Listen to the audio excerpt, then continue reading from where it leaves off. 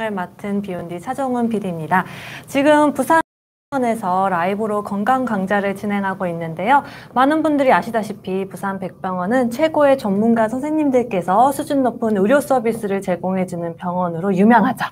오늘도 정말 멋있고 유명하신 안과 이제 황문원 교수님을 모시고 건강 강좌를 진행하려고 하는데요. 교수님 반갑습니다. 네, 안녕하세요. 반갑습니다. 너무 반갑습니다.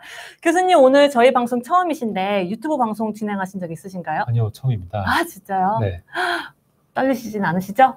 사실 엄청 떨리고 긴장돼서 네. 무사히 발표를 마칠 수 있을지 좀 걱정이 되는데 아니에요. 잘해주실 거예요. 네, 최선을 다해서 해보겠습니다. 네. 교수님 소개를 좀 드릴게요. 제가 알기로는 이제 환자분들에게 굉장히 친절하신 선생님으로 유명하시다면서요. 부끄럽지만 환자들한테 항상 친절하기 위해서 노력을 하고 있고 열과성을 다해서 진료하려고 노력하고 있습니다. 아, 정말 대단하신 것 같습니다, 선생님. 그리고 제가 화면상으로도 물론 지금 굉장히 멋있게 나가고 있으실 테지만 제가 실물로 뵙는데 진짜 잘생기시고 너무 멋지세요, 선생님. 키도 182 되신다면서요. 정말 멋진 분과 함께 오늘은 안구건조증에 대해서 이야기를 나눠보려고 하는데요. 안구건조증으로 주제를 선정하신 이유가 있으실까요? 네, 안구건조증이 사실 아주 흔하게 이야기 들어보고 접하는 질환인데 환자분들이 정확하게 이해를 하지 못하는 경우도 많으시고요. 더욱이나 치료를 잘 받지 못하고 혹은 치료를 해도 오랫동안 지속이 되면서 고생하시는 분들이 많아서 조금 환자분들의 이해를 도와주고 치료에 대해서 설명을 해드리기 위해서 주제를 설정해 보았습니다. 네, 안구건조증은 또 많은 분들이 진짜 겪고 계시는 불편한 증상 중에 하나잖아요. 네, 맞습니다. 그래서 더 많은 관심을 가지고 아마 오늘 방송을 시청해 주실 것 같습니다. 지금 벌써 많은 분들이 들어와 주시고 계세요. 성진원님께서 교수님 눈 너무 예쁘고 빠져듭니다. 이렇게 칭찬의 글을 해주셨습니다. 그러면 지금부터는 교수님께서 준비해 주신 내용 한번 시작해 보도록 할까요? 네, 알겠습니다. 네, 그리고 보시면서 중간중간에 궁금하신 내용이 있으시거나 아니면은 전반적으로 안과 질환에 대해서 궁금한 점이 있으시다면 편하게 질문 남겨주세요. 저희가 강연 끝나고 한 분 한 분 자세하게 답변 드리는 시간 가지도록 하겠습니다. 한번 시작해 볼까요, 이제? 네, 알겠습니다. 네. 네, 안녕하십니까. 인제대학교 부산백병원 안과의 황문원입니다. 오늘 비욘디 유튜브 채널에서 많은 시청자분들을 대상으로 안구건조증의 이해와 치료라는 주제로 발표할 수 있게 되어 영광입니다. 많은 분들이 불편해하시는 안구건조증에 대해서 제가 조금 쉽고 이해하기 쉽게 그림을 곁들여서 발표하도록 하겠습니다. 먼저 순서입니다. 첫 번째로 눈물의 분비와 눈물층에 대하여 설명드리겠습니다. 두 번째로 안구건조증이란 무엇인지 안구건조증의 정의나 증상, 분류, 그리고 위험 인자에 대해서 말씀을 드리겠습니다. 세 번째로 이런 안구건조증을 어떻게 검사하고 치료하는지 설명해 드리고 마지막으로 안구건조증을 일상에서 어떻게 관리하면 좋을지 정리하면서 발표를 마치도록 하겠습니다. 네. 첫 번째로 눈물의 분비와 눈물층입니다. 제가 대략적인 눈물 분비되고 눈물막의 형태에 대한 그림을 준비해 왔습니다. 사람의 눈물은 항상 만들어지고 있습니다. 기본적으로 눈을 보호하기 위해서, 눈 표면을 코팅하기 위해서 눈물이 분비되고 있고 감정적인 원인이나 그런 자극적인 원인에 의해서 반사적으로 눈물이 나기도 하고요. 이러한 눈물은 크게 세 층으로 이루어져 있습니다. 눈물막을 보시게 되면 눈물층은 제일 안쪽에 흰자에 있는 결막 상피세포와 붙어 있는 점액층이라고 부르는 층이 있는데 이 점액층은 술잔세포에서 분비가 되고 아주 끈적끈적한 느낌을 주는 층이라 생각하시면 됩니다. 역할은 눈 표면과 눈물을 붙여주는 역할이 되고요. 점액층 바로 위로는 눈물샘에 의해서 분비되는 수용층이라는 층도 있습니다. 그럼 눈물샘이 뭐냐? 안구의 윗눈꺼풀 바깥쪽에 눈물을 분비하는 눈물샘이 있습니다. 바깥쪽에서 눈물이 나오게 되면 이 눈물은 눈에 고여 있다가 눈 안쪽에 눈물점을 통해서 코 안으로 내려오게 되거든요. 우리가 슬픈 영화를 보거나 많이 울면 콧물도 같이 나오는 경우가 있는데 그게 눈물 나온 것들이 다 눈물점을 통해서 코로 내려가니까 그래서 그런 거였군요. 네, 느껴지게 됩니다. 그러면 눈물의 세 층이라고 말씀드렸는데 점액층, 수용층, 그 다음에는 제일 바깥에 지질층이라고 부르는 쉽게 이야기하면 기름층이 있습니다. 이 기름층은 눈물의 제일 바깥에서 눈물이 증발하는 걸 막아주고요. 눈물을 조금 더 부드럽게 해주는 윤활 역할을 하게 됩니다. 이 지질층은 여기 눈꺼풀 위아래에 노란색으로 표시되어 있는 마이봄샘에서 분비가 되는데 이 마이봄샘은 독일 사람 이름을 따서 만들어진 그 기관이고요. 마이봄이라고 하는 기름 물질들을 분비한다고 생각하시면 됩니다. 간략하게나마 이 눈물막의 구조를 말씀드렸는데 제가 이렇게 눈물막의 구조를 말씀드리고 눈물이 분비되는 과정을 말씀드린 이유가 사실 안구건조를 치료하는 데 있어서 혹은 이해하는 데 있어서 가장 중요한 게 이 눈물막을 이해하는 것입니다. 눈물막이 안정적으로 유지가 되고 눈물막이 잘 형성이 돼야지만이 사람은 불편하지 않고 괜찮게 되는데 이 눈물막이 평소에는 잘 유지되고 있다가 건조증 때문에 항상성이 깨지고 원래 자기 성질을 잃어버리면 안구건조증으로 가게 되는 가장 유발인자가 되게 됩니다. 따라서 이 눈물막이 항상성이 소실된다. 항상성이라고 하는 게 의학적인 용어인데 안정적인 상태를 유지하려고 하는 성질을 얘기해요. 눈물막이 안정적이지 못하고 자기 성질을 잃어버리고 소실되게 되면 그것 때문에 눈이 불편해진다. 이게 최근 들어서 안구건조증의 가장 중요한 기전으로 생각이 되고 있습니다. 네, 이러한 원인 때문에 이제 안구건조증이 생기는 거죠. 네. 근데 사실 안구건조증은 워낙 다양한 이유 때문에 발생을 해서 제가 또 뒤에서도 어떤 원인이 있는지 어떤 악화인자가 있는지 설명을 드리도록 하겠습니다. 이 그림을 잘 기억하고 이해하시고 있으면 뒤에 드릴 설명을 조금 더 쉽게 이해하실 것 같아요. 눈물막은 점액층, 수용층, 지질층 세 층으로 되어 있더라. 그래서 이 층들이 각각 문제가 생기거나 이 층의 그런 부분들이 조금 줄어들거나 하면 안구건조증이 생길 수가 있습니다. 그럼 다음 슬라이드로 넘어가겠습니다. 네. 그럼 과연 안구건조증이라는 게 뭘까요? 많은 의사들이 아주 옛날부터 고민을 했습니다. 안구건조증은 도대체 어떤 질환일까? 어떻게 정의를 내릴까? 그런데 안구건조증은 한 가지 어떤 원인 때문에 예를 들어서 식중독에 걸리는 거는 상한 음식을 먹으면 걸리잖아요. 이렇게 간단하게 설명할 수 있는 게 아니었어요. 그래서 많은 의사들이 모여서 토론을 하고 상의를 해서 최근 들어서 안구건조증의 정의에 대해서 새로 내리고 있습니다.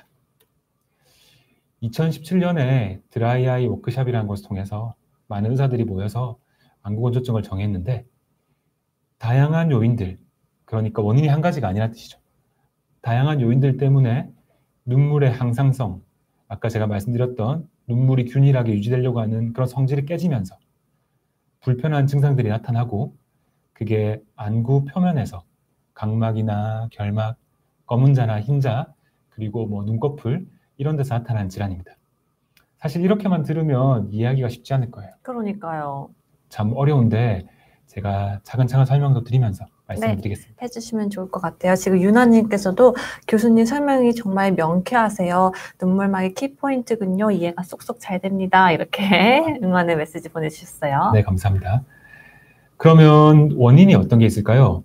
아까 말씀드리는 눈물의 항상성이 손상되는 원인은 다양한데 눈물막이 불안정해지거나 눈물 농도가 증가하거나 안구 표면에 염증 및 손상이 생기거나 눈물과 관계된 신경 감각 이상이 생기거나 이러한 다양한 원인들이 있는데 사실 이 원인이 원인으로 그치는 게 아니라 예를 들어서 눈물막이 불안정해지면 눈물 농도가 증가하게 되고 눈물 농도가 증가해지면 다시 또 안구 표면에 염증이 생기고 또 그렇게 되면 눈물막이 또 불안해지고 이런 원인과 결과가 어찌 보면 악순환의 고리에 얽혀 있습니다.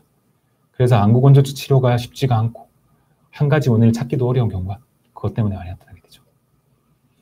증상을 보시면 정말 많은 환자분들이 정말 다양하게 증상들을 나타내요. 대표적으로 눈이 불편해요. 뻑뻑하고 시려요. 막 쪼이는 느낌이 들어요. 눈이 무겁고 막이 껴요. 시력이 떨어져요. 충혈이 되고 가려워요. 어떤 분들은 심해지면 머리까지 아프다고. 그러니까요. 두통이 있으신 분들도 계시더라고요. 네, 맞아요. 그러면 이러한 증상들이 안구건조증에서 다 나타난 것은 아니고요. 이러한 증상이 있다고 안구건조증이라고 또 할 수도 없어요. 사실 알고 보면 안과적 질환, 많은 안과 질환에서 이러한 증상들은 어찌 보면 공통적으로 나타날 수가 있습니다. 그래서 어떤 환자분들은 내가 눈이 뻑뻑하고 불편하니까 그냥 안구건조증인가 하고 여길 수도 있고요. 반대로 머리가 아프고 막 시력이 떨어지는데 이게 안구건조증일까?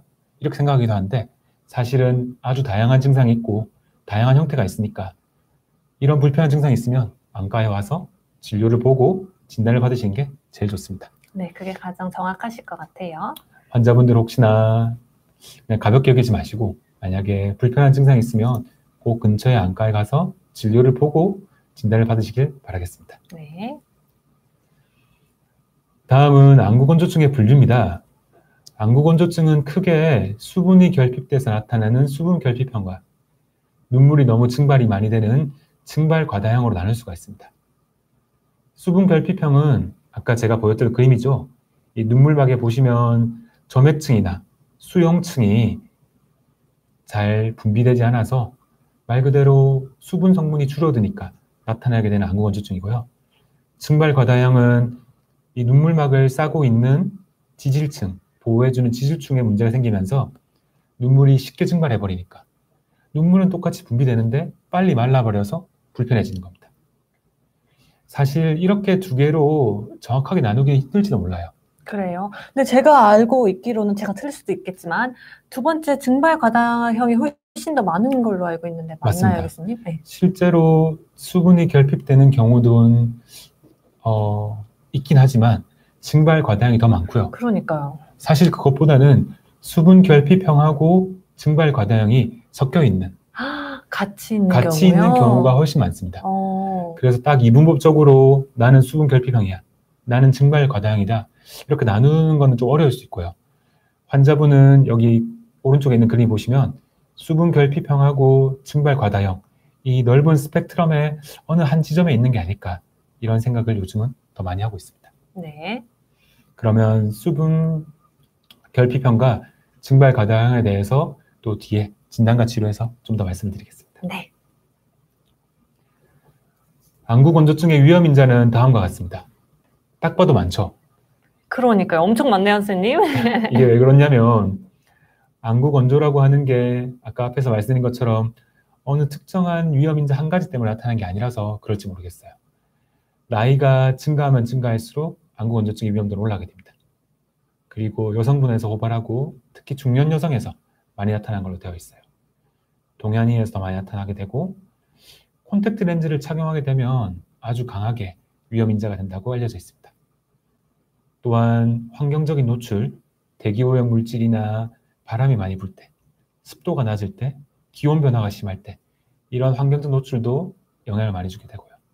최근 들어서 많이 문제가 되고 있는 영상 출력 장치, TV나 모니터, 휴대폰 등을 많이 보게 되면 또 역시 안구건조증의 위험인자가 되게 됩니다. 제가 여기서 한 가지 말씀을 드리면 우리 사람이 한 1분에 몇 번 정도 눈을 깜빡이게 될까요? 정말 많이 깜빡일 것 같아요. 네, 편안하게 의식을 하지 않고 있으면 연구마다 차이가 나긴 하지만 지금도 깜빡깜빡 하시면 한 18번에서 20번 사이 정확한 건 아니지만 그렇게 무의식적으로 깜빡이게 됩니다. 그리고 눈꺼풀을 깜빡이는 횟수도 중요하지만 깜빡이는 깊이도 중요하거든요. 그 깜빡이는 깊이가 이제 영상 출력 장치를 보게 되면 횟수는 약 8에서 10회 정도로 1분에 훨씬 줄어드네요. 줄어들게 되고 그것보다 더 깜빡이는 깊이도 조금 약해지게 됩니다. 사람의 눈이라고 하는 게 그냥 가만히 있어도 눈물이 나오긴 하지만 사실 눈을 깜빡깜빡거릴 때 눈물이 더 나오게 되거든요. 우리가 휴대폰을 오래 보고 TV를 보면 아무래도 집중을 오래 하다 보니까 눈을 덜 깜빡이게 되고 그러다 보면 눈물이 더 덜 나오게 되고 그러니까요. 안구건조증이 심해질 수 있습니다. 앞서 말씀드린 것처럼 중년 여성, 나이가 들수록 안구건조증이 많이 생기는데 최근 들어서는 젊은 사람들, 저 같은 젊은 사람들, 특히 10대나 20대에서도 많이 생기고 혹시 PD님도 있나요? 있는 것 같습니다. 조금. 일적으로 TV를 많이 보고 휴대폰을 많이 보는 그런 일은 필연적으로 안구건조증이 생기게 되는 것 같아요. 그래서 이러한 위험자가 있다는 걸 알고 계시면 이제 우리가 조심할 수 있고 피할 수 있으니까 한번 말씀을 드렸습니다. 네, 나의 위험인자는 어느 부분에 해당하는지 한번 체크해 보시면 좋을 것 같아요. 맞습니다. 그리고 이전에 안구 수술, 특히나 굴절 교정 수술, 라식이나 라섹을 받은 분들이 더 위험해집니다. 뿐만 아니라 전신 질환들, 당뇨나 갑상선 눈병증, 전신 자가 면역 질환 등도 환자와 밀접한 관계가 있습니다. 뿐만 아니라 약간 신경정신과 전형으로 불안이나 우울, 수면장애도 안구 건조증의 위험이 되고, 안구 건조를 유발할 수 있는 약물들, 대표적인 게 항히스타민제, 베타차단제와 같은 고혈압 제제, 부정맥 제제, 그리고 불안제나 우울제 같은 약들도 원인이 될 수 있고요. 근데 그런 약물은 안 먹을 수는 없잖아요. 안 먹을 수는 없는데 네. 이게 원인이 된다는 거를 아는 건 되게 중요합니다. 아, 그래요? 제가 만약에 환자분들이 왔을 때 저는 눈만 보는 게 아니라 꼭 물어봅니다. 혹시 드시는 약이 있는지. 그 약들이 어떤 약들인지 확인을 하고, 만약에 약물에 의해서 심해지고 있다 생각이 되면 환자분들 약물을 좀 조절하거나 다른 과 선생님께 부탁을 드려서 바꿀 수는 없겠는지 물어보거나, 그렇게 하면 좋아지는 경우도 꽤 많이 있습니다. 네. 뿐만 아니라 다른 안과적 질환이나 눈꺼풀 형태 이상, 눈의 감각 저하 등도 이런 안구 건조증을 일으킬 수 있는 위험 문제가 됩니다. 그럼 다음 슬라이드로 말씀드리겠습니다. 안구 건조증의 검사 및 치료에 대해서 말씀을 드리겠습니다. 첫 번째로 눈물의 분비나 눈물량을 측정하는 검사에 대해서 말씀을 드리겠습니다. 셔머 검사라고 부르는 검사인데, 여기 왼쪽에 보시게 되면 눈금이 표시되어 있는 종이가 하나 보일 거예요. 5부터 30까지 표시가 되어 있고, 이 종이는 어려서 쓰던 리트머스 종이처럼 물을 흡수하는 성분이 있습니다. 재질이 있습니다. 진짜 비슷하게 생겼어요. 네, 비슷하게 생겼죠. 그래서 가운데 사진처럼 환자 눈에 이 종이를 부착하게 되면 네. 환자분 눈물을 흡수해서 약 5분 정도 뒤에 얼마나 눈물이 나왔는지를 알 수 있게 됩니다. 평균 얼마 정도 나와요? 약 10에서 15 정도 이상이 나와줘야 정상 범위라고 생각이 되고요.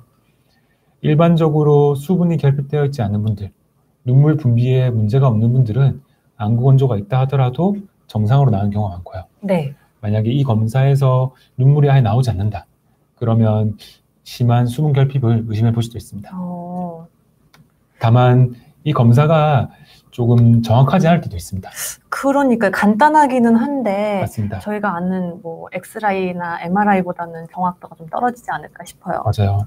만약 환자분이 너무 눈을 찔려서 이 검사할 때 눈물이 말칵 쏟아지는 경우가 그럴 수도 있습니다. 있죠. 네. 그러면 안구 건조증이 수분 결핍에도 불구하고 마치 눈물이 나는 것처럼 느껴질 수 있거든요.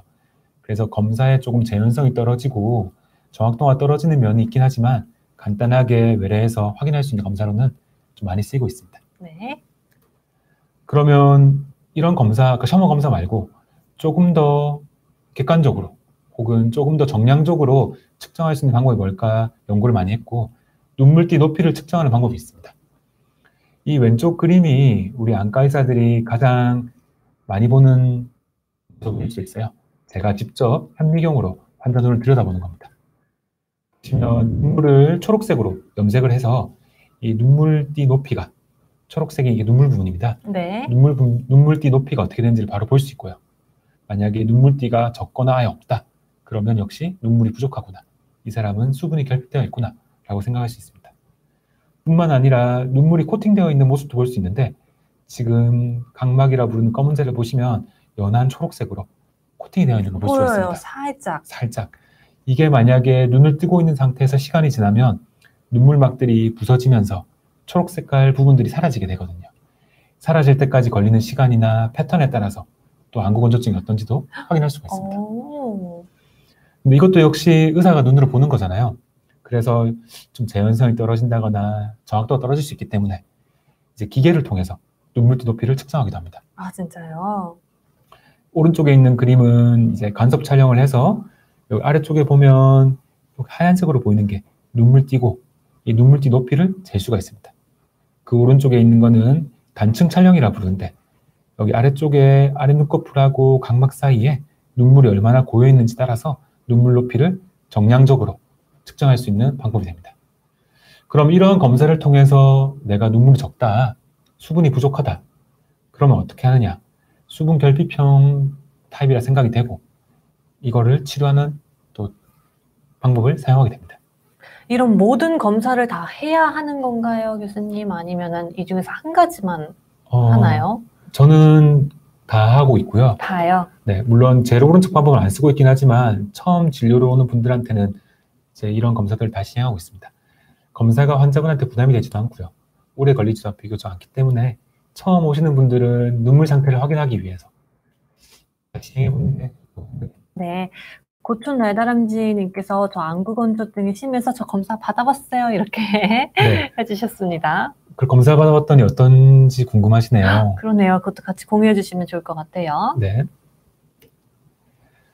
그래서 안구 건조증의 치료는 앞서 계속 말씀드린 것처럼 눈물막의 이상 상태에 맞춰서 치료를 하게 됩니다. 앞에 했던 검사를 통해서 만약에 눈물이 부족하다, 수분이 부족하다, 그러면 눈물을 보충해주는 치료를 제일 먼저 생각하게 되죠. 많은 환자분들이 인공누액 치료를 제일 많이 들어봤을 거예요. 이 눈물막 중에서 이 수용층 부분을 증가시켜준다 생각하시면 됩니다. 인공누액이나 일회용 제제들을 사용하게 돼서 보충해주게 되고, 그거 말고 점액층을 증가시켜주기 위해서 디쿠아포솔이라는 약제들, 혹은 자기 피를 뽑아서 눈물약을 만드는 자가혈청 제제, 그리고 지질 성분을 보충해주는 지질 보충제도 나와 있습니다. 그런데 이런 눈물 보충은 사실 생각해보면 수분 결핍형에서만 사용해야 될 것 같은데 그렇지는 않고 모든 환자들에서 기본적으로 사용할 수 있는 치료가 됩니다. 그래요. 그럼 이게 베이스가 되는 건가요? 네, 베이스 같은 치료가 되죠. 왜냐하면 아까 말씀드린 것처럼 안구 건조는 어찌 보면 악순환의 고리에 있고 수분이 빨리 증발하게 되는 증발 과다형 타입에서도 눈물이 부족해지니까 눈물을 보충해주는 치료는 가장 기본 치료가 된다고 생각하시면 될 것 같습니다. 뿐만 아니라 이제 눈물이 아까 눈물점으로 내려간다고 말씀드렸는데 아예 눈물이 내려가지 않게, 그래서 댐처럼 눈물이 좀 차 있을 수 있게 눈물점을 마개로 막는 치료도 시행하게 됩니다. 이러한 치료는 하지만 눈의 염증 상태나 다른 동반 질환들을 잘 생각해서 시행해야 되고 적절한 환자에서 잘 시행하게 되면 아주 좋은 효과를 나타낼 수 있습니다.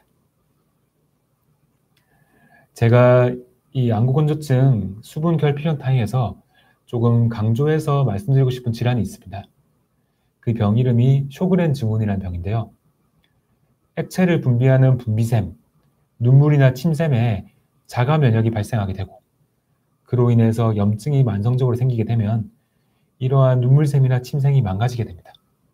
그러면 결과적으로 눈물이나 침의 분비가 감소해서 환자들이 눈이 아주 건조해지거나 입이 마르거나 하는 일이 생길 수가 있어요. 그러실 것 같아요. 네. 그래서 안과를 진료보고 이러한 병이 의심이 되면 류마티스 내과로 보내게 되고 환자분을 의뢰해서 류마티스 내과에서 진찰하고 혈액 내 항체를 검사해서 진단하게 되고 약물 치료를 내과적으로 시행하게 됩니다. 만성적이고 치료에 잘 반응하지 않는 증상이 아주 심한 안구 건조증 환자분들이 계세요. 그런데 아주 오랫동안 약물 치료하면서 고생을 하시는데 제가 진료봤을 때 입마름을 동반하는 경우가 있습니다. 그러면 이런 걸 이제 물어봐야지 알 수 있는 부분이 될 수도 있는 거죠. 만약에 환자가 심한 건조증이 있고 입마름이 동반된다. 그러면 저는 꼭 쇼그렌 증후군의 가능성을 고려하고 검사들을 시행해보고 있습니다. 환자분들도 혼자 이렇게 깊게 생각하지 않으셨으면 놓칠 수 있는 부분일 것 같아요. 네, 맞아요. 혹시나 식사를 하시다가 요즘 들어서 왜 이렇게 밥 먹기가 힘들지? 빵을 먹는데 물을 많이 먹어야 되지? 아니면 눈도 마르지만 입이 왜 이렇게 마를까? 이런 분들은 꼭 병원에 오셔서 안과 검사와 함께 내과 검사를 받아보는 것이 도움이 될 수가 있습니다. 다음은 이제 안구 표면 중에서 눈물 중에서 지질층에 대한 검사, 그리고 지질층을 분비하는 마이봄샘의 상태에 대한 검사를 말씀드리겠습니다. 네. 지금 순서대로 이해가 되시죠? 점액층, 수용층, 지질층. 이제 쭉 이런 눈물막의 구조에 따라서 검사를 하고 치료를 한다 생각하시면 이해가 좀 더 쉬우실 것 같아요. 우리가 비가 온 다음 날 물이 고여 있는데 거기에 기름이 떠 있으면 마치 무지개 빛이 도는 경우를 본 적이 맞아요. 있습니다. 지금 사진처럼요. 네. 아스팔트 위에 이런 게 보이는 경우가 꽤 많이 있는데 이런 현상이 생긴 이유가 물 위에 기름이 떠 있으면 기능막 표면하고 기능막 안쪽에서 빛이 다르게 반사가 됩니다. 그러면 그 빛이 서로 간섭을 하게 되고 서로 영향을 주게 되면서 빛의 모양이 무지개로 나타나게 돼요. 근데 이러한 현상을 눈에서도 볼 수가 있습니다. 가운데 사진을 보면 눈물의 지질층을 조명을 통해서 확인하는 건데 가운데 보시면 지금 보이시나요? 그러니까 옆에 있는 사진이랑 진짜 비슷해요, 교수님. 네, 이렇게 눈물의 지질층도 눈물 위에 떠 있는 기름막이기 때문에 우리가 무지갯빛으로 관찰할 수가 있습니다. 이러한 지질층의 무지갯빛의 패턴이나 양상을 보고 우리가 지질층의 두께를 간접적으로 측정할 수가 있습니다. 기계를 이용해서 간섭 촬영을 하면 위에서 보시는 것처럼 눈에서도 이런 지질층의 무지갯빛, 다른 기계에서도 보이는 이런 무지갯빛을 보면 우리가 지질층의 두께를 볼 수가 있어요. 신기합니다. 네. 만약에 지질층이 감소된다. 그러면 두께가 줄어들게 되겠죠? 그렇죠. 두께가 줄어들면 증발이 잘 일어나게 되고 증발 과다형의 안구건조증이 생길 수가 있게 됩니다. 그래서 이러한 검사도 같이 시행하게 됩니다. 그러니까 이러한 검사를 진행하면서 도대체 어떤 원인이 있는지 맞습니다. 그걸 찾아내는 거죠. 네, 어떠한 원인이 있는지, 어떤 눈물층에 문제가 있는지 그런 걸 통해서 어떻게 치료를 해야 될지 그러니까요. 계획을 이렇게, 세울 수 있을 네, 것 같아요. 계획을 세워 나가는 거죠. 다시 한번 제가 좀 리마인드하는 느낌으로 이제 눈의 구조와 눈물층의 구조에 대해서 한 번 더 말씀드리겠습니다. 네. 눈물막에 점액층, 수용층, 지질층이 있는데 이번에는 좀 지질층에 포커스를 맞춰서 얘기를 해보겠습니다. 지질층은 마이봄샘에 의해서 분비가 된다고 말씀드렸는데 마이봄샘은 눈꺼풀 위아래 존재하게 됩니다. 눈꺼풀의 단면을 보시게 되면 이 단면에 노란 색깔 선이 보이시죠? 네, 보여요. 이 마이봄샘이라고 하는 게 피부에서 나오는 피지선하고 비슷하게 눈꺼풀에서 기름을 공급해주는, 눈꺼풀에서 나와서 이렇게 눈물 표면에 퍼져서 눈물 표면에 기름 성분을 공급해주게 됩니다. 아주 중요한 기관이고요. 이러한 기관에 문제가 생기게 되면 눈물층에 문제가 생기게 되고 지질층이 줄어들게 됩니다.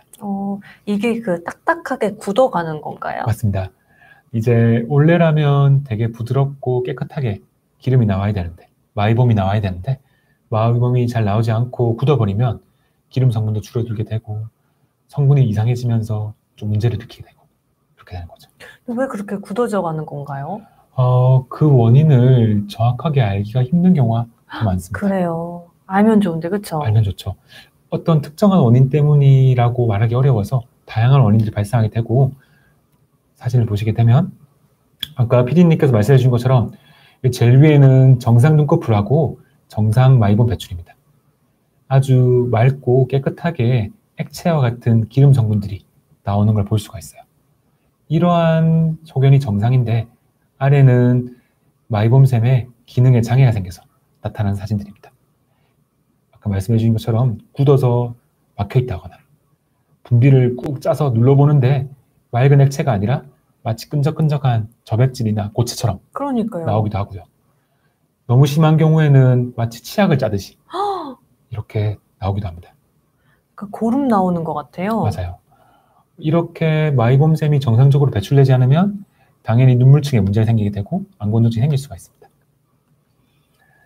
또한 마이봄샘의 기능이 저하되면 마이봄샘의 소실도 일어나게 되는데 이 사진을 보시게 되면 좀 잘 안 보일 수도 있는데 검은 바탕에 흰색으로 선이 보이는데 이 선들이 마이봄샘을 찍은 겁니다. 정상적인 경우에 이렇다고 치면 마이봄샘의 소실이 심해질수록 하얀 부분이 줄어들게 되고 아래쪽에 보면 심한 것들은 아예 마이봄샘이 관찰되지 않는 경우도 있습니다. 이러한 기능 장애와 소실을 관찰하게 되면 저희가 지금 마이봄샘에 뭔가 문제가 있구나. 그래서 마이봄샘을 치료하는 방향으로 가게 됩니다. 지금까지 설명이 좀 어렵진 않으신가요? 저는 이해가 너무 잘 되었습니다, 교수님. 그러면 제가 이제 마이봄샘 이상의 치료에 대해서도 말씀드리겠습니다. 네. 마이봄샘의 이상을 치료하는 방법은 여러 가지가 있습니다. 널리 알려진 방법 중에 하나가 온찜질인데요. 눈꺼풀의 온도를 약 40도 정도로 이제 올려주게 되면 눈꺼풀 안에 들어있는 마이봄 그 기름들이 조금 부드럽게 녹기 시작합니다. 그러면 배출이 증가되게 되고 그런 마이봄샘의 기능 장애가 조금 좋아질 수 있습니다. 저도 이 환자분들한테 이 온찜질에 대해서 설명을 많이 하는데 사실 조금 어려운 면이 있어요. 왜냐하면 환자분들이 어떻게 정확하게 40도 정도의 온도를 맞추시는 게 어려워요. 내가 여러 가지 기구들을 이용하거나 팥주머니 같은 거, 물수건을 조금 따뜻하게 적셔서 한다거나 이런 여러 가지 방법으로 해봐도 좀 효과가 정확하게 있게 좀 안전적으로 온찜질을 하기가 쉽지가 않더라고요. 그래서 환자분들이 온찜질을 하기에는 사실 조금 어려운 면들이 있을 수 있습니다. 하지만 아주 유익한 방법이라는 거, 나쁘지 않다는 거는 알고 계시면 좋을 것 같고요. 요즘에 그런 안대 같은 것도 있잖아요. 맞습니다. 그런 건 좀 도움이 될까요? 교수님? 도움이 될 수 있습니다. 오. 도움이 될 수 있고 뭐 이렇게 따뜻한 마스크, 안과 마스크를 착용한다거나 혹은 기구도 있고요. 팥주머니를 데우기도 하고 물을 데우기도 하고 여러 가지 방법이 있는데 조금 어려운 면이 사실은 있어요. 그리고 만약에 마이봄이 안에서 굳어가지고 잘 나오지 않는다, 막혀있다, 그러면 부드럽게 눈꺼풀을 눌러서 짜주는 방법도 있습니다. 아플 것 같아요. 조금 아플 수도 있는데 부드럽게 시행하면 많이 아프진 않고요. 오히려 하고 나면 좀 시원하다고 표현하는 분도 많이 있어요. 환자분들 짜기는 상당히 어렵고요. 저희 의사들이 면봉이나 기구를 이용해서 마이봄을 배출시키고 있습니다. 이렇게 찜질을 하고 배출해주는 것을 기구를 통해서 할 수도 있습니다. 리피플로라고 부르는 기구가 있는데 눈꺼풀을 특수한 기구에 끼우고요. 열과 진동을 눈꺼풀에 전달해주면 마이봄이 부드러워지고 짜주면서 나오게 됩니다. 이런 걸 해도 마이봄이 나오지 않는 경우도 있어요. 마이봄이 아예 막혀 있는 거죠. 어머나. 그런 경우에는 얇은 프로브, 얇은 바늘을 이용해서 마이봄샘을 뚫어주기도 합니다. 인트라덕탈 프로브라고 부르는데 이러한 방법도 있다는 것을 설명드리고 싶네요. 최근 들어서는 원래 피부과에서 사용하던 기구인데 인텐스 펄스드 라이트, IPL이라고 부르는데 아마 들어보신 분들이 많을 거예요. 피부과에서 주름 펴주는데 많이 쓰잖아요. 맞습니다. 혈관을 조금 없애거나 홍조를 없애거나 색소를 없애거나 주름을 핀다고 사용하는 기구가 있었는데 이 기구를 안과적인 영역에 적용을 해서 눈꺼풀에 빛에너지를 전달해서 마이봄을 배출시키고 마이봄샘 주위의 혈관을 조금 좋아지게 하는 기구가 있습니다. 너무 좋을 것 같아요. 이제 그러면 안구 건조증도 해결하면서 눈가 주름까지 잡을 수 있는. 아닙니다. 사실 눈가 아니에요? 주름은 잡을 수 없나요?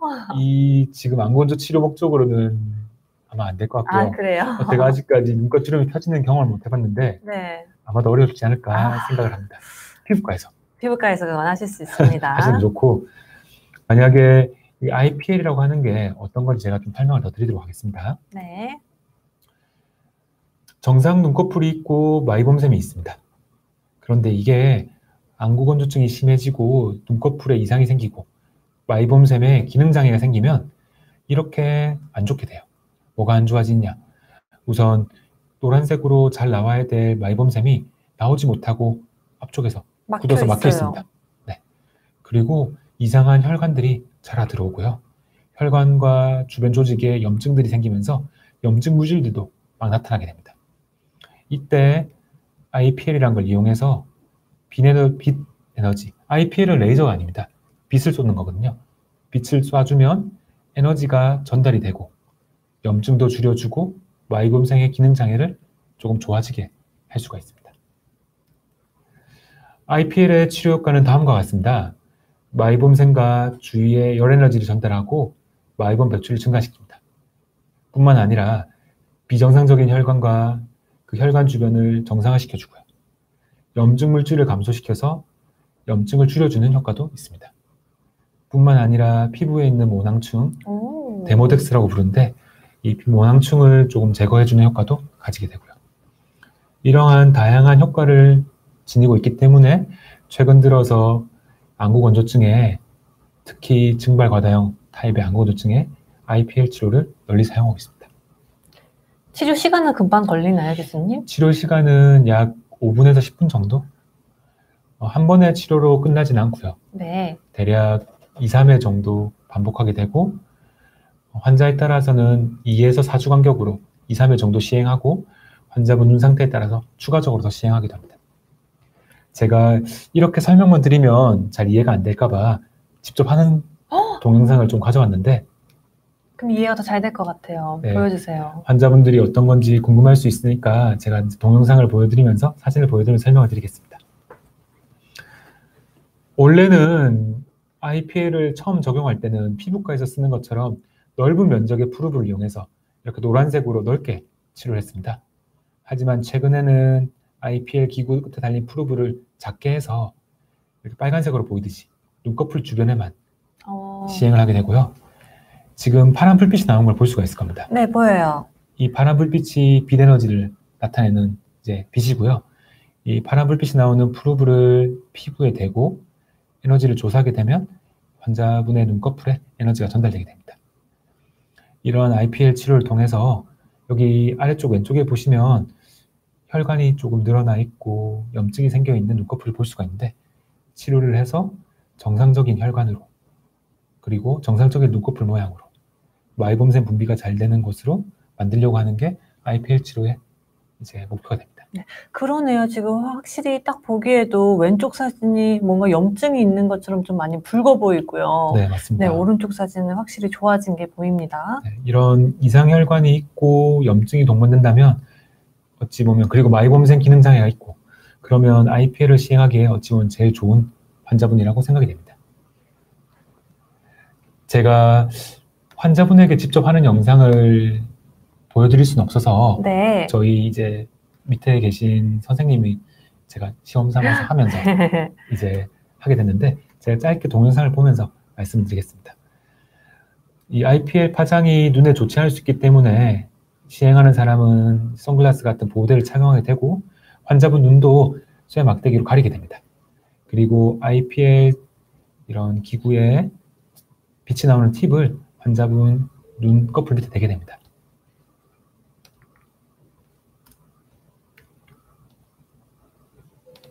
혹시 저희 동영상 재생하는 것만 도와주세요.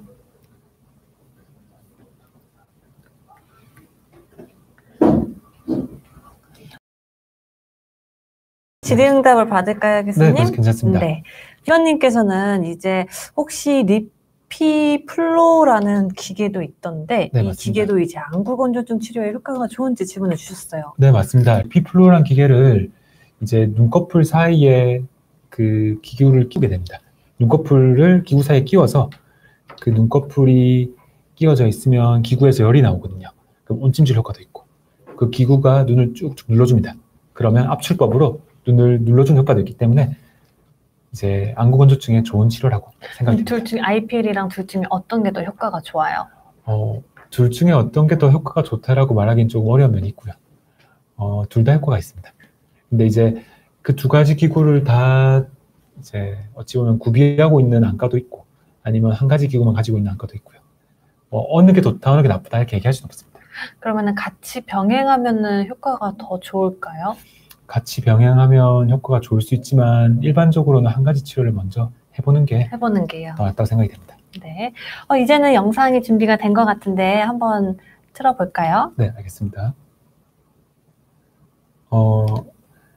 이렇게 프루브를 갖다 대고 버튼 누르면 방금 번쩍하고 빛이 나는데 이 빛이 순간적으로 3번 정도 눈꺼풀을 때리면서 에너지를 전달하게 됩니다. 아프진 않은 거죠?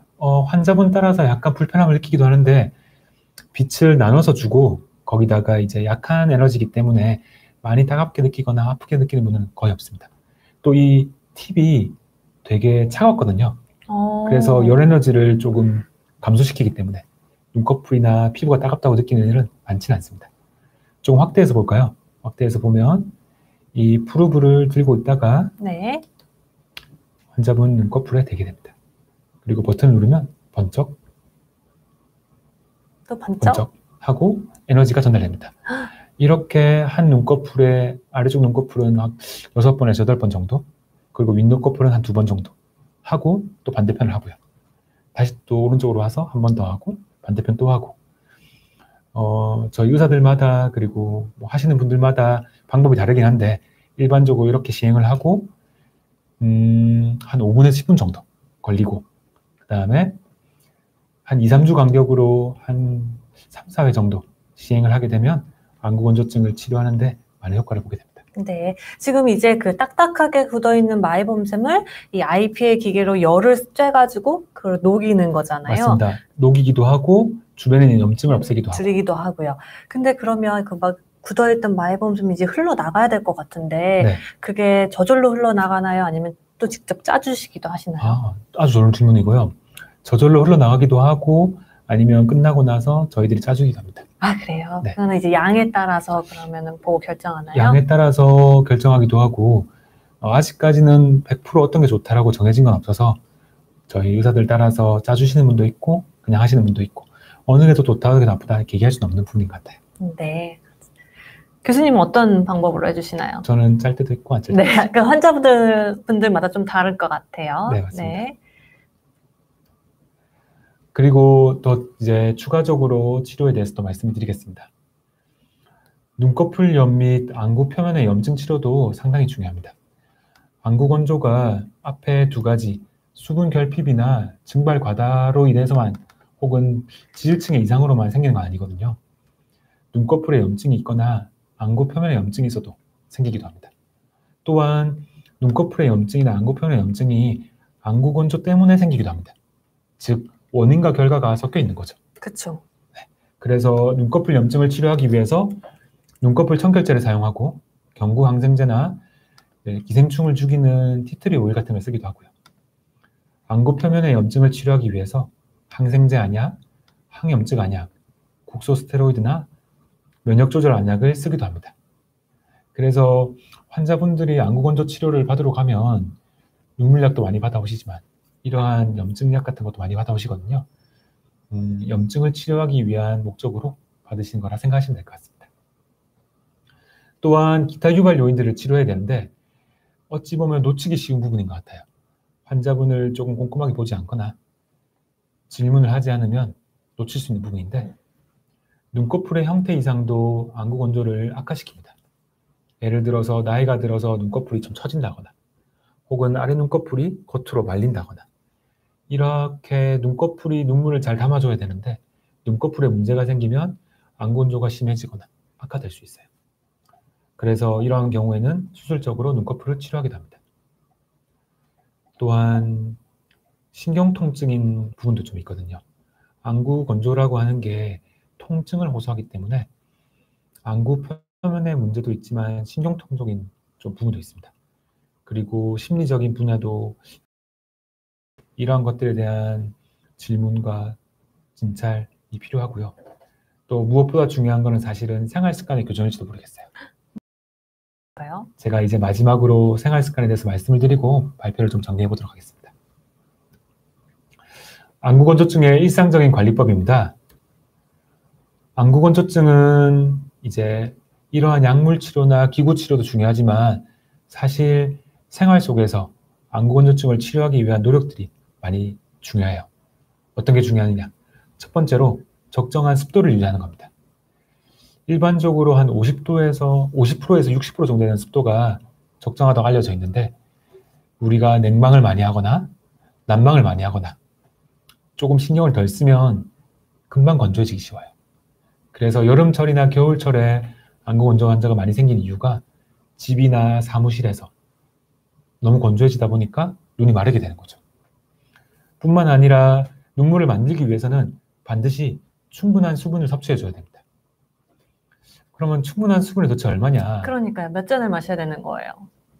흔히들 1.5리터에서 2리터라고 말하는데 그것도 사실 정확하지 않을 수 있습니다. 왜냐하면 사람들마다 체중이 다르고 사람들마다 필요한 물의 양이 다르고 심지어 먹는 걸 통해서도 물이 흡수가 되거든요. 그러니까요. 그래서 충분한 수분 섭취가 필요하다는 걸 알고 계시고 수분이 부족해지지 않게 내 몸이 말라가지 않게 노력을 해주셔야 될 것 같아요. 그러니까 목마르다 싶으시면 물을 그때 드시면 좋으실 것 같아요. 네. 안구 건조증에서 놓치기 쉬운 부분인 것 같아요. 그래서 저는 꼭 환자분들한테 물 많이 드시고 눈 건조해지지 않게 습도 잘 유지해 주시고 설명해 주고 있습니다. 또 좋은 영양 상태도 필요한데 이제 지질층을 구성하는 게 아까 제가 기름 성분이라고 말씀드렸잖아요. 그래서 필수 지방산이나 오메가3가 풍부한 음식을 드시는 것도 도움이 됩니다. 눈꺼풀염이 생기지 않게, 그리고 마이범샘의 기능장애가 생기지 않게 눈꺼풀을 깨끗하게 유지해 주는 게 도움이 되고요. 네. 앞서 설명이 좀 부족했는데 안검 청결제라고 해서 눈을 닦아주는 여러 가지 청결 제품들이 그러니까 있습니다. 그런 게 있다면서요. 네, 눈꺼풀을 살짝 내리고 마이범이 나오는 마이범샘 쪽을 닦아주는 게 상당히 도움이 많이 됩니다. 이것도 사실은 조금 환자분들이 쉽게 하기 힘든 부분이 있어요. 정확하게 깨끗하게 닦아줘야지만 효과가 있습니다. 그러면 다음에는 어떻게 이걸 잘 사용할 수 있는지 직접 보여주시는 방송을 하시면 어떨까요? 좋습니다. 그런 기회가 있다면 정말 좋고요. 저는 환자분들한테 이런 걸 어떻게 해야 할지 설명하는 건 상당히 중요하다고 생각합니다. 그러니까요. 네. 어떤 분들은 그냥 청결제를 묻힌 다음에 거지에 그냥 눈을 다 닦아버려요. 그러니까 왜냐면 저희가 여성분들이 그 아이 메이크업을 그렇게 닦으시거든요. 맞습니다. 네. 사실 그렇게 닦으면 눈꺼풀은 닦긴 하지만 그 안쪽에 한쪽에 마이범을 닦는 데는 효과가 좀 떨어지거든요. 그래서 눈꺼풀을 살짝 뒤집어서 속눈썹이 있는 그 라인을 닦아주시는 게 중요합니다. 그것도 화장솜에 묻혀서 닦나요? 아니면 그냥 이렇게 넣어가지고 화장솜 같은 제품도 있고요. 네. 화장솜에다가 청결제를 짜서 묻힌 다음에 닦아주는 것도 있습니다. 면봉 같은 것보다는 그런 제품을 이용하시는 게 좀 더 좋을 것 같아요. 그리고 눈물이 증발하면 안건조증이 심해집니다. 그리고 오염물질이 눈에 들어와도 당연히 안건조증이 심해지고요. 그래서 바람이나 공기 오염이 있는 환경에서 일을 하시거나 계신다면 보안경을 착용하시는 게 좋을 것 같아요. 눈에 직접 바람을 쐬면 바람이 눈물을 뺏어가니까. 그러니까요. 아까 이혜니님께서 바람만 쐬면 그렇게 눈물이 나요? 라고 질문을 주셨어요. 너무 좋은 질문입니다. 어떤 분들이 물어봐요. 왜 나는 안구가 건조한데 눈물이 많이 나느냐. 그러니까요. 병원에 가면 계속 눈이 건조하다고 하는데 나는 밖에 나가면 꼭 바람 불면 눈물이 난다. 그 눈물 과다형인 거죠. 네, 맞습니다. 눈물이라고 하는 게 기본적으로 눈물이 생기기도 하지만 반응에 의해서 눈물이 나기도 하고요. 증발이 잘 되는 증발 과다형은 눈물이 증발해버리면 눈물이 부족해지니까 눈이 예민해지고 눈물이 왈칵 쏟아집니다. 그래서 나 밖에 나가면 눈물이 많이 난다. 그럼 내가 증발 과다형인가? 반응성으로 눈물이 많이 나는가? 라고 생각해 주는 거 좋고요. 이런 보안경, 좀 어머니들 멋으로 좀 큰 안경, 색깔 있는 안경 쓰시면 좀 도움이 많이 됩니다. 그리고 젊은 분들한테, 그리고 최근 들어서는 나이 드는 분도 많이 보긴 하는데 장시간 영상장치, TV나 모니터, 휴대폰 등을 조금 되도록이면 오래 보지 않기를 권해드리고 있습니다. 만약 한 번 본다면 한 10분 정도 보고 한 번 밖에 보고 이렇게 하면 좋을까요? 아니면 그 기간을 어떻게 하면 좋을까요? 그것도 역시 정해진 정확한 기간은 없고요. 약 10에서 15분마다 한 번씩 눈을 감거나 고개를 들어서 다른 곳을 바라보는 건 도움이 되고요. 이게 아까 제가 말씀드린 것처럼 중간중간에 눈을 깜빡이는 횟수가 줄어들고 깜빡이는 빈도가 줄어들기 때문에 한 번씩 눈을 크게 깜빡 해주는 것도 도움이 많이 됩니다. 조금 의도적으로요. 의도적으로. 네. 그리고 인공 눈물을 사용하시는 분이라면 안구 건조가 있다면 TV나 휴대폰을 많이 보거나 하면 눈이 불편해지거든요. 그래서 꼭 끝나고 나서 눈물약을 넣어요. 저는 그것보다는 내가 눈이 나빠지기 전에, 건조해지기 전에 TV나 휴대폰을 오래 보기 전에 미리 눈물약을 한 방울 넣는 것도 도움이 많이 됩니다. 근데 눈물약은 아무 눈물약 사용해도 괜찮은가요? 되도록이면 일회용 제제를 쓰는 게 좋고요. 일회용 제제요. 그리고 가능하다면 의사의 처방이 된 약을 쓰는 게 좋습니다. 시중에서 판매되는 약들 중에서는 장기간 사용했을 때 조금 부작용이 생길 수 있는 약도 있기 때문에 제가 또 설명을 드리도록 할게요. 여기 보면 이제 제일 마지막에 두 번째 줄에 보면 일반 점안약을 장기간 점안하지 않는다는 말도 있습니다. 그러니까요.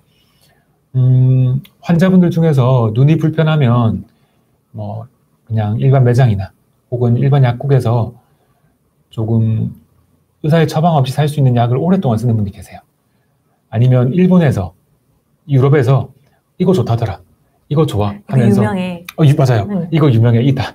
제가 특정 상품을 얘기할 수는 없는데 어떤 모양의 제품, 어떤 빛깔의 제품 좋다더라 하면서 선물을 많이 받기도 하고 맞아요. 가져오기도 합니다. 근데 그러한 약을 2주 이상 쓰면, 장기간 쓰게 되면 눈이 오히려 더 건조해지거나 그래요. 네, 혈관이 조금 더 약해지거나 심한 경우에는 녹내장 같은 질환을 어머. 유발할 수도 있습니다. 물론 모든 제품이 그렇다는 뜻은 아니에요. 다만 그런 제품들에 보면 설명서에 꼭 그런 말이 적혀 있습니다. 이 약을 쓰고 2주 이내에 좋아지지 않으면 안과 전문의와 상의를 하세요. 라는 말이 있어요. 환자분들 눈이 충혈된다, 눈이 건조한다고 해서 그런 제품을 오랫동안 쓰지 말고 쓰더라도 짧게 쓰시고 나아지지 않으면 꼭 병원으로 와주시길 바라겠습니다. 네, 꼭 그렇게 해주세요. 또 재밌는 게 수돗물이나 소금물로 눈을 헹구시는 분들 계세요. 내가 눈이 건조하니까. 소금물로 헹구시면 진짜 너무 아프실 것 같은데요? 근데 자기만의 뭐라고 할까? 자기만의 조제법이 있습니다. 환자분들 중에서는. 아, 그래요?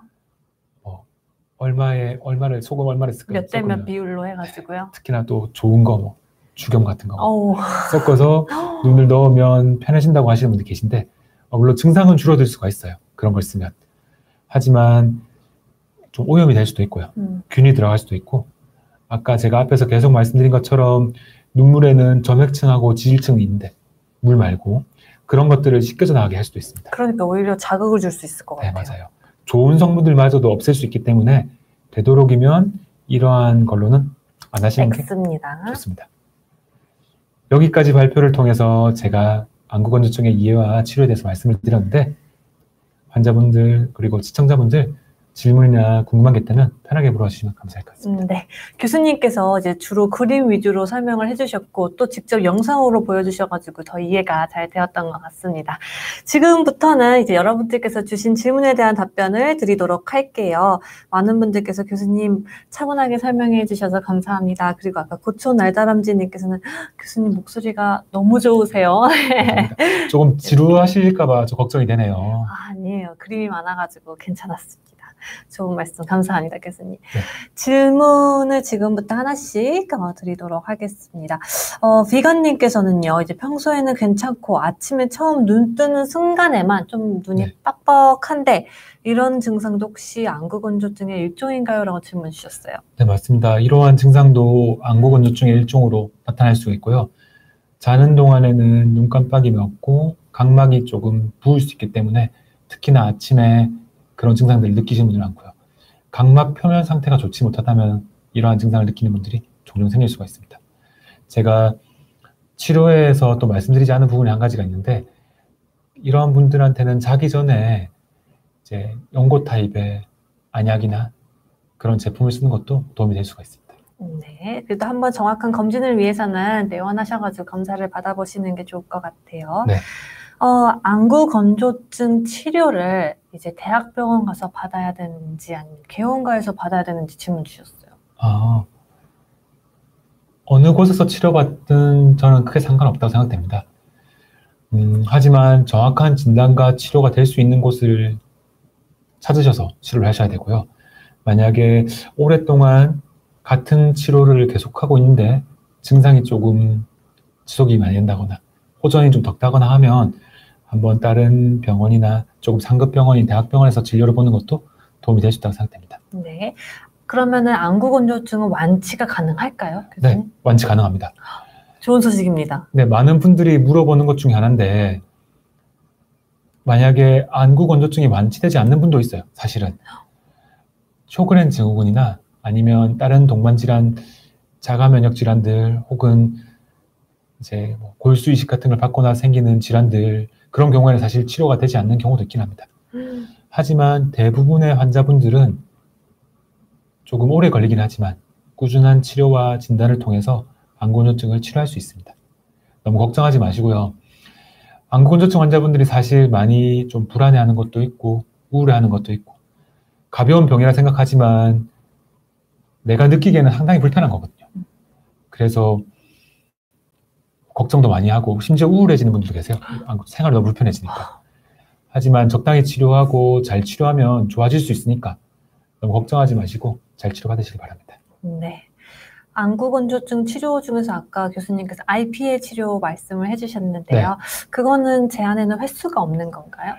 횟수 제한이 있을 수도 있습니다. 아직까지 연구가 충분히 된 건 아닌데 많이 하는 경우에는 일반적으로 시행하는 횟수보다 더 많이 시행하기도 하고요. 환자의 상태에 따라서 결정하게 됩니다. 많이 한다고 해서 눈에 부작용이 생기는 경우는 많지 않습니다. 네. 그래서 횟수에는 제한이 없다. 네. 제가 교수님께 반대로 질문한 거 있죠. 제한에는 횟수가 없나요? 라고. 아, 네. 근데 교수님께서 딱 바로 알아들으셨어요. 네. 네. 그리고 이제 비가님께서는 블랙팩스 스케일링 같은 것도 있던데 네. 이것도 이제 안구건조증 치료에 도움이 되는지 질문을 주셨어요. 아, 이게 뭐냐면 아까 전에 마이봄샘 기능장애가 생기면 눈꺼풀에 있는 마이봄이 나오는 곳에 각질이 쌓이거나 이제 눈꺼풀 표면이 안 좋아지기도 합니다. 그러면 이러한 스캐닝 제품을 사용하시면 도움이 될 수도 있습니다. 그래요. 네. 네. 근데 이거는 이제 전문가 선생님과 상의를 해가지고 결정하는 게 좋겠죠? 네. 또 과한 경우에는 오히려 손상을 줄 수도 있으니까 항상 전문가와 상의해서 결정하시는 게 좋습니다. 네. 그래서 지금 저희가 주신 질문에 대한 답변은 다 드린 것 같고요. 아까 성진호님께서, 왜 교수님께서 이제 따뜻한 이제 온찜질을 해주시면 좋다고 하셨잖아요. 눈으로 이렇게 좀 비벼가지고 열을 내는 것도 괜찮은가요? 네. 아니, 이렇게 손에 비벼가지고 이렇게 열을 이렇게. 의사들마다 생각이 다를 수 있는데 저는 상당히 좋아하지 않습니다. 일단 이렇게 말하면 좀 손에는 그런가? 균이 좀 많을 것 손에는 같아요. 균이 많을 수도 그쵸? 있고 눈을 누른다는 행위 자체가 이걸 꼭 말씀드려야겠다. 안구 마사지법이라고 있는데 이제 안구 마사지법이 도움이 될 수도 있는데 안구 마사지를 통해서 눈을 누르거나 각막 표면에 자극을 주는 게 안 좋은 영향을 줄 확률이 훨씬 더 높습니다. 그래서 특히나 각막에 병이 있는 경우에는 안 좋을 수 있거든요. 그래서 되도록이면 눈은 절대 누르거나 만지지 않게, 눈을 비비지 않기를 바랍니다. 이거 좋은 질문이었던 것 같아요. 그쵸. 네. 질문 주셔서 감사합니다. 아래 눈꺼풀을 뒤집어 보면 여드름 같은 게 보이는데 혹시 이게 마이봄샘 염증일까요? 네, 맞습니다. 여드름 같이 굳어있는 노란 찌꺼기들이 보이면 마이봄샘의 기능장애가 있다고 생각해 볼 수 있습니다. 네, 그것도 병원에 가셔서 한번 검사를 해보시는 게 좋을 것 같습니다. 그래서 여기까지 이제 황문원 교수님과 함께 안구 건조증의 진단과 치료에 대해서 알아보았고, 그 다음에 질의응답하는 시간을 가져보았는데요. 교수님 어떠셨어요? 긴장되고 조금 떨렸는데 PD님과 스태프분들 잘해주셔가지고 잘 끝내주셨고요. 제가 안구 건조로 고생하시는 환자분들에게 좀 도움이 될 수 있다면 참 영광일 것 같습니다. 네, 오늘 저희 방송 내용이 큰 도움이 되셨길 바라면서 다음에도 기회가 된다면 교수님과 함께 좋은 내용으로 찾아뵙도록 하겠습니다. 시청해 주셔서 감사합니다, 여러분. 감사합니다. 네, 감사합니다.